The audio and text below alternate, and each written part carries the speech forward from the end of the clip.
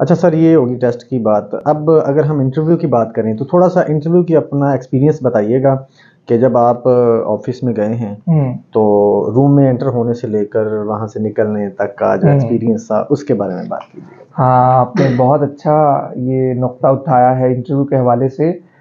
बहुत से लोग ऐसे होते हैं जिनका रिटन टेस्ट क्लियर हो जाता है, लेकिन इंटरव्यू में मैंने कंसिस्टेंटली उन्हें नॉट रिकमेंडेड देखा है by dint of few reasons. ये एक स्किल है इंटरव्यू। हाल ही में मैंने एक दो लोगों को तैयारी करवाई है पंजाब पब्लिक सर्विस कमीशन के जो टेस्ट थे, इंटरव्यूज थे, उसके हवाले से। तो ये एक स्किल है बाकायदा, ये आपको सीखनी पड़ती है।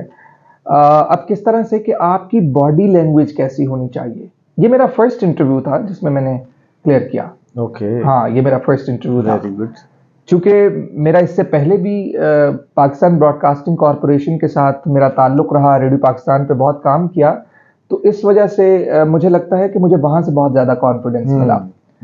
तो अब बात यह है कि ये एक स्किल ऐसे है कि आपको पहली बात यह है कि जो ही आप एंटर होते हैं तो वो पता लग जाता है कि ये कितने पानी में है। हाँ, ये जो टर्म इस्तेमाल होती है ठीक ठीक। कि वो क्या है ये शख्स, वो तभी आपको तोल लेते हैं कि आप क्या हैं। तो आप दरवाजा खोलें, आप इजाजत लें सबसे पहले। ठीक है, मैंने भी इसी तरह किया। मैं आपको बता इसलिए रहा हूं चूंकि मैंने किया भी यही। ठीक। इजाजत ली, दाखिल हुए, फिर कुर्सी पे जाके बैठ नहीं जाना, वहां पे भी जाके इजाजत लेनी है। हाँ। आपको वहां पे भी जाके इजाजत लेनी है। ये मैनर्स हैं आपके। और जाते ही आप सलाम लें ऊंची आवाज से। ठीक है, सलाम लें मुस्कुरा के। जो मैंने किया मैं वही बता रहा हूं। मुस्कुरा के सलाम लें और बैठने की इजाजत तलब करें, बैठें और सबको देखें पहले, ताकि आप नर्वस ना हो। ये सबसे बड़ी बात है, सबको आपने देखना है ताकि उन्हें भी लगे कोई इंटरव्यू देने के लिए आया है। सबको आपने देखना है ताकि आप कॉन्फिडेंट रहें। अच्छा, फिर वो सवाल उन्होंने शुरू किया जी, हाँ जी आप मोहम्मद अली हैं और आपने एमएससी किया पंजाब यूनिवर्सिटी से। मैंने कहा जी, उस वक्त मेरा एमएस चल रहा था जीसी यूनिवर्सिटी लाहौर से, एमएस ऑर्गेनाइजेशनल साइकोलॉजी में। अच्छा, वो फिर हुआ ये कि उन्होंने मुझसे सवाल पूछा। फिर आई थिंक मुझे अब कुछ कुछ बातें याद रह गई हैं, कुछ कुछ नहीं भी आएंगी, उसके लिए भरपूर माजरत। आगाज में जो ही मैं इंटरव्यू दे के आया, सब दोस्तों को, आपको भी बताया, दानिश साहब को भी बताया और मेरे जितने रफकाए कार हैं उनको भी मैंने बताया। तो उन्होंने मुझसे सवाल पूछा, सो आपका नाम मोहम्मद अली है, तो आप बताइए what are the other famous names like Mohammad Ali. मैंने कहा कि, कहते like Mohammad Ali Jinnah, Muhammad Ali boxer. मैंने कहा हाँ मोहम्मद अली बॉक्सर। मैंने कहा मोहम्मद अली बॉक्सर। कहते what was his old name. I am sorry. इस तरह मैंने मुस्कुरा के जवाब दिया, आई एम सॉरी। तो अब बहुत से लोग यहाँ पे कंफ्यूज हो जाते हैं कि हमें जवाब क्या देना चाहिए। सॉरी सर नहीं आता, या इस तरह से एक्सप्लेनेशंस नहीं देनी आपको। आपको सिंपली ये कहना है आई एम सॉरी, बस। फिर उन्होंने एक दो और फियर का सवाल पूछा। अच्छा, फिर उन्होंने एक दो और सवाल साइकोलॉजी के पूछे मुझसे, जिनका मैंने ब्रीफली डिस्क्राइब कर दिया। मुझे याद नहीं है कि कौन से सवाल थे, शायद फियर था, एंजाइटी था, वो इन्होंने पूछा। तो वो मैंने सवालों के जवाब दिए और फिर वो अंग्रेजी में ही चलता रहा। फिर उसके बाद उन्होंने दाईं तरफ इशारा किया, एक प्रोफेसर साहब बैठे थे, नहीं बाईं तरफ, पहले बाईं तरफ बैठे हुए थे। उन्होंने मुझसे पूछा, अच्छा आपका स्पेशलाइजेशन क्या है। मैंने कहा जी मेरा स्पेशलाइजेशन ऑर्गेनाइजेशनल साइकोलॉजी है।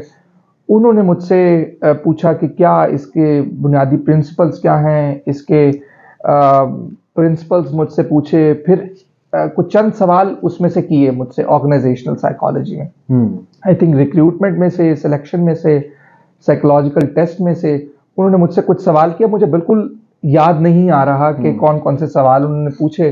तो मैं कोशिश करूंगा कि जो मेरे रफीक हैं जिन्हें मैंने बताया था उस वक्त, मैं दोबारा उनसे पूछूं कि कौन से सवालात थे एग्जैक्टली। अच्छा, वो उन्होंने मुझसे मेरे एरिया में से सवालात पूछे, ठीक। मैंने उनके जवाब दिए उन्हें। फिर उसके बाद आगे जनाब वो जो तीसरे साहब बैठे हुए थे दाईं तरफ, हाँ मेंबर के दाईं तरफ बैठे हुए थे, वो बड़े खतरनाक से महसूस हुए। खैर हम डटे रहे महाज पर। हमने जनाब वो देखा उन्हें और उन्होंने कहा, अच्छा जी इंटररेटर लाइबिलिटी और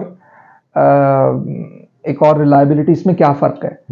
मैंने जवाब देना शुरू किया, अभी एक जवाब मुकम्मल होने के बाद दूसरे की तरफ बढ़ ही रहा हूँ, उन्होंने फ़ौरन अगला सवाल शुरू कर दिया। जी।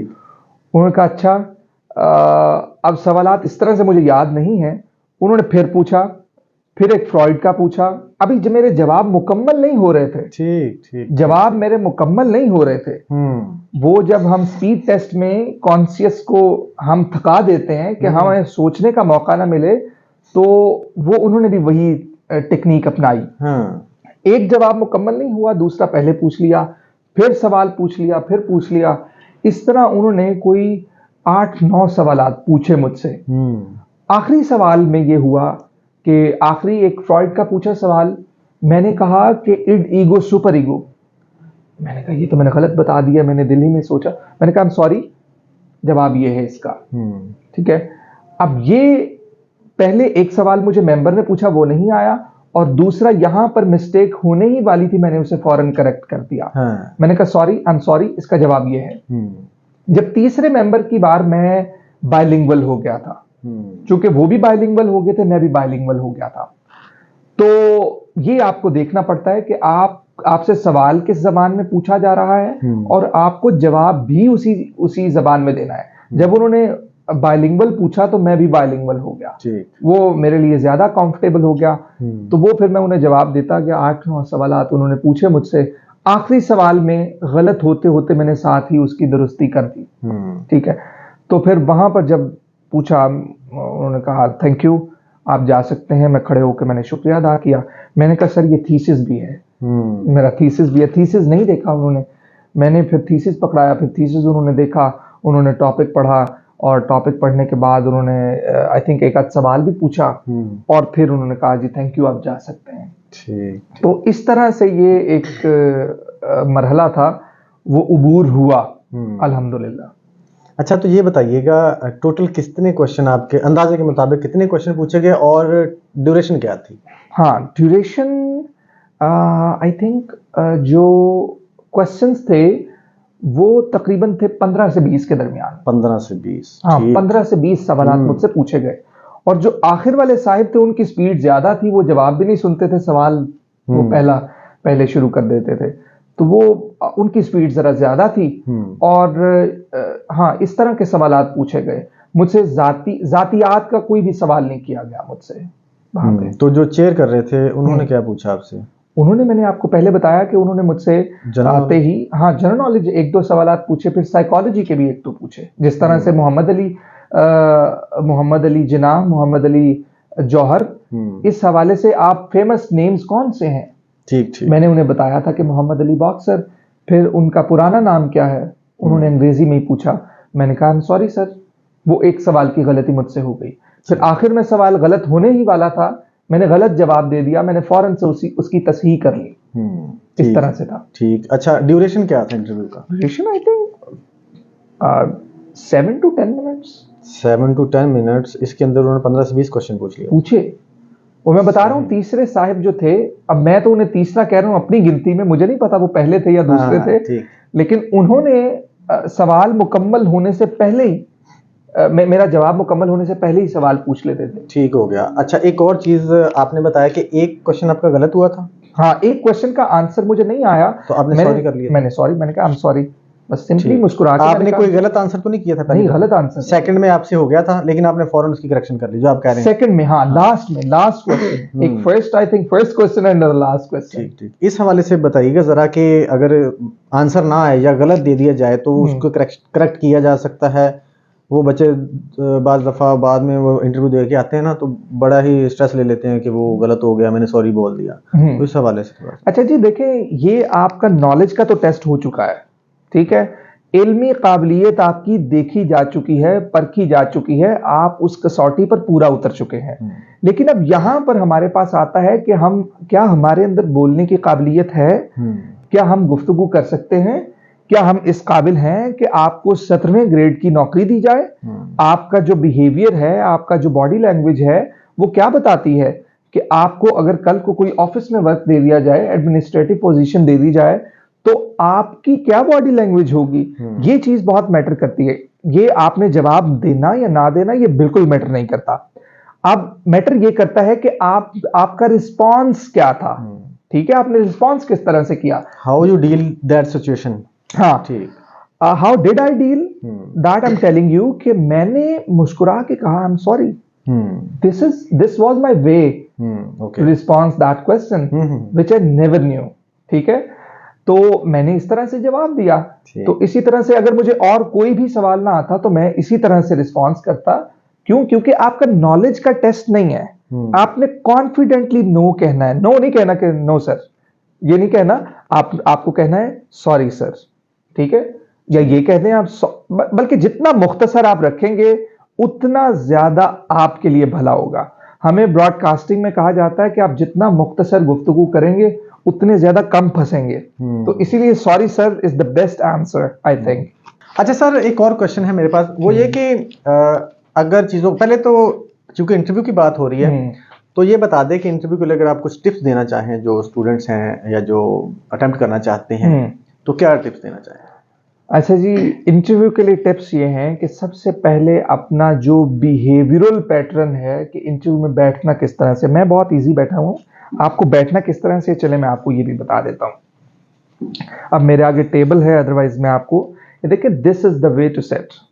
ठीक है, आप इसमें बहुत कॉन्फिडेंट महसूस करते हैं।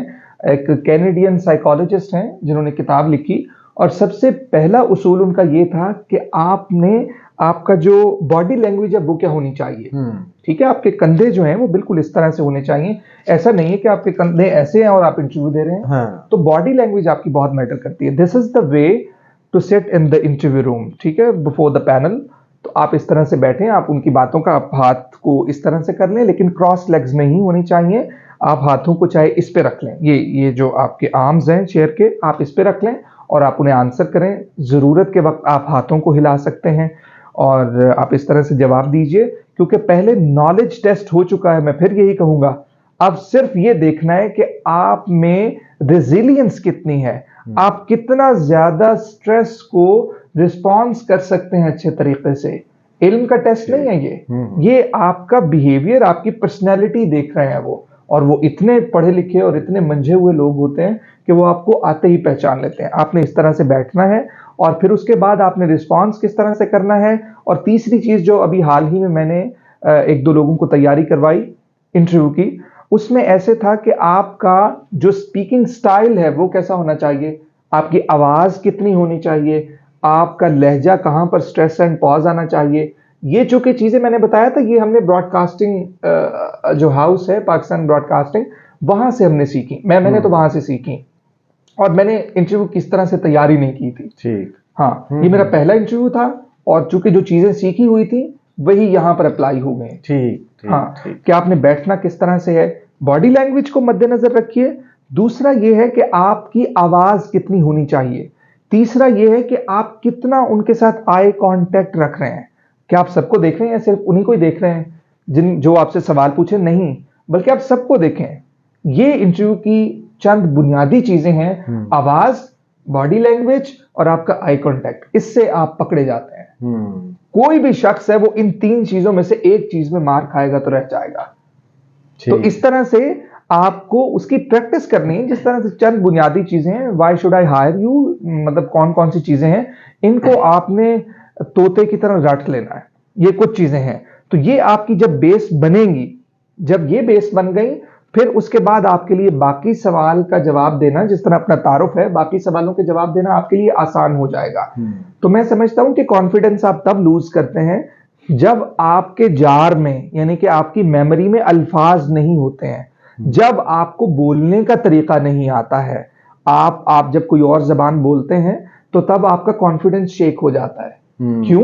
क्योंकि आपको पता ही नहीं कि वो लफ्ज कैसे बोलना है, कैसे अदा करना है। इसी तरह अपनी मेमोरी में अल्फाज का जखीरा वो बढ़ाते जाइए और किस तरह से लफ्ज अदा करना है उसको भी बड़े गौर से देखिए, समझिए, सीखिए और उसकी मश्क कीजिए। ये तीन डोमेन्स जो मैंने आपको बताई हैं, इसको अगर आप कर लें तो मैं नहीं समझता आप मार खाएंगे।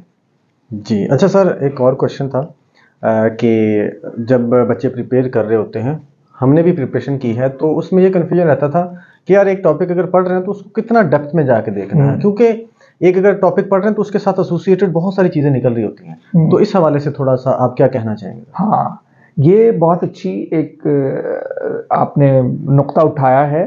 इसमें जो मेरा तरीक़ाकार रहा था वो ये था कि मैं जो फैक्चुअल इंफॉर्मेशन है, ठीक है, उसे तो मैं नोट कर लेता था, ठीक है, उसे अलग से चैप्टर वाइज आपने फैक्चुअल इंफॉर्मेशन को आपने नोट करना है, क्योंकि ये इंफॉर्मेशन बार बार आप किताबें नहीं खोल सकते हैं, बिल्कुल आपके नोट्स होने चाहिए। मेरे भी नोट्स बने हैं, किताबों में हाईलाइट हैं चीजें, और मैंने स्टिकी नोट से लिखा हुआ है कि यहां पर ये चीज लिखी हुई है।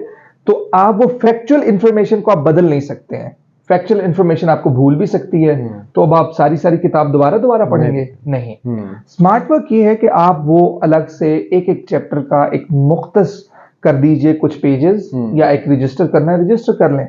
तो आप जब फैक्चुअल इंफॉर्मेशन कर लेंगे तो जो कॉन्सेप्चुअल इंफॉर्मेशन है, हाँ, वो आपको लिखनी पड़ेगी, उसके साथ साथ वो भी आपको लिखनी पड़ेगी, लेकिन साथ नहीं लिखनी है आपने, क्योंकि वो कॉन्सेप्ट आपको अगर क्लियर होगा तो वो जिस मर्जी डायमेंशन से आपसे वो कॉन्सेप्ट पूछ ले आपका कंफर्म हो जाना चाहिए। और ये मैं आपको एक और बड़ी अहम बात बताने लगा हूं, एक कॉन्सेप्ट के कोई 7-8 सवालात मुख्तलिफ किताबों से जब मुझे पूछे गए तो मेरे लिए बड़ी आसानी रह गई कि मैं उसको हैंडल कर सकता। ठीक है, यही मैंने आपको चीज कही कि फॉरेन बुक से आप जो एंड पे आपको दी होती है एक्सरसाइज करने के लिए, तो अगर आप वो करते रहेंगे तो एक सवाल आपको 4-5 डायमेंशन से जब पूछा जाएगा तो मुझे बताइए रहमानी साहब, क्या आपके सामने आ जाएं जितने मर्जी एमसीक्यूज, तो वो तो बड़े जबरदस्त आप हल कर लेंगे। अच्छा सर, एक और क्वेश्चन है। समटाइम ऐसा होता है कि कुछ स्टूडेंट्स की ना, ये आप कह सकते हैं परेशानी होती है कि यार हम तो एक बैकवर्ड एरिया से ताल्लुक़ रखते हैं, बहुत अच्छे इदारों से हम नहीं पढ़े हैं, बहुत अच्छे आप कह सकते हैं यूनिवर्सिटी से नहीं पढ़े। कुछ बच्चे ऐसे होते हैं जिन्होंने प्राइवेट पढ़ा होता है, वर्चुअल, जैसे कि मिसाल के तौर पर वर्चुअल यूनिवर्सिटी से क्लासेस ली हैं, या फिर कॉलेज से पढ़ा हुआ है, किसी जो एफिलिएटेड कॉलेजेस हैं। तो उस हवाले से बताइएगा बच्चों को, क्या एक कॉलेज से पढ़ के या प्राइवेट पढ़ के भी वो ये पीपीएससी का टेस्ट दे के तो पोजीशन ले सकते हैं, ये सीट हासिल कर सकते हैं या नहीं? आपने बहुत अच्छा सवाल किया। बहुत से लोग ये पूछते हैं, बल्कि मैं अगर ये कहूं तो गलत नहीं होगा, वो कोशिश भी नहीं करते हैं, वो जसारत नहीं करते हैं कि हम इस इम्तिहान को अटेम्प्ट कर सकते हैं। इतना वो उनकी सेल्फ एस्टीम, जो सेल्फ इमेज है, वो इतना ज्यादा गिर गया होता है। अब उसमें ऐसा है कि हाल ही में एक एस्पायरेंट, उन्होंने कॉलेज से पढ़ के तो ये लेक्चरर की नौकरी ली है, कॉलेज से पढ़ के। अब इसमें ऐसा है कि बहुत ज्यादा किरदार होता है आपके अपनी शख्सियत का, आपके अपने मुताले का, आपके अपने ज़ौक़ का, कि किस तरह से आपने उसे लेकर चलना है। अगर किसी एक शख्स की डेस्टिनेशन है कि उसने लेक्चरर बनना है या साइकोलॉजिस्ट बनना है, चूंकि हमारा मौजू यही है तो मैं ये मिसाल यही दूंगा, उसने लेक्चरर बनना है या साइकोलॉजिस्ट बनना है, तो वो क्या करेगा? वो तो ये देखेगा मेरे पास ये जो एक पीस ऑफ पेपर है ये आना चाहिए 16 इयर्स एजुकेशन का, ठीक है, और उसके बाद अपनी अपनी दौड़ है। मैंने बहुत से ऐसे लोग देखे हैं जो कि बहुत बड़े बड़े इदारों से पढ़े हैं, लेकिन कोई फर्क नहीं पड़ता, नहीं बन सके ना कुछ नहीं बन सकने का, कुछ ना बन सकने से मुराद ये है कि मतलब इम्तिहान नहीं क्लियर हुआ। अब उसमें कहां पर गलती आ गई? अभी हाल ही में मैंने इस जवाब के आगाज में मैंने आपको बताया कि वो कॉलेज से पढ़ के तो नौकरी हासिल की उन्होंने। तो अब यहां पर फर्क कहां पर आ गया?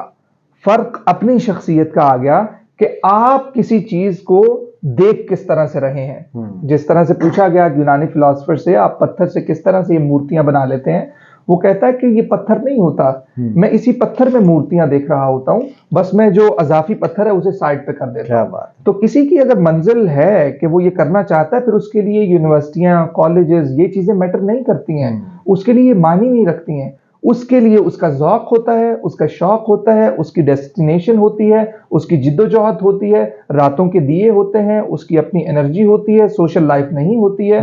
तो ये तमाम तर चीजों के बाद फिर मेहनत शाका के बगैर उरूज हासिल नहीं हो सकता। ठीक है, जब मेहनत शाका होगी तो फिर उरूज खुद ब खुद सामने आएगा।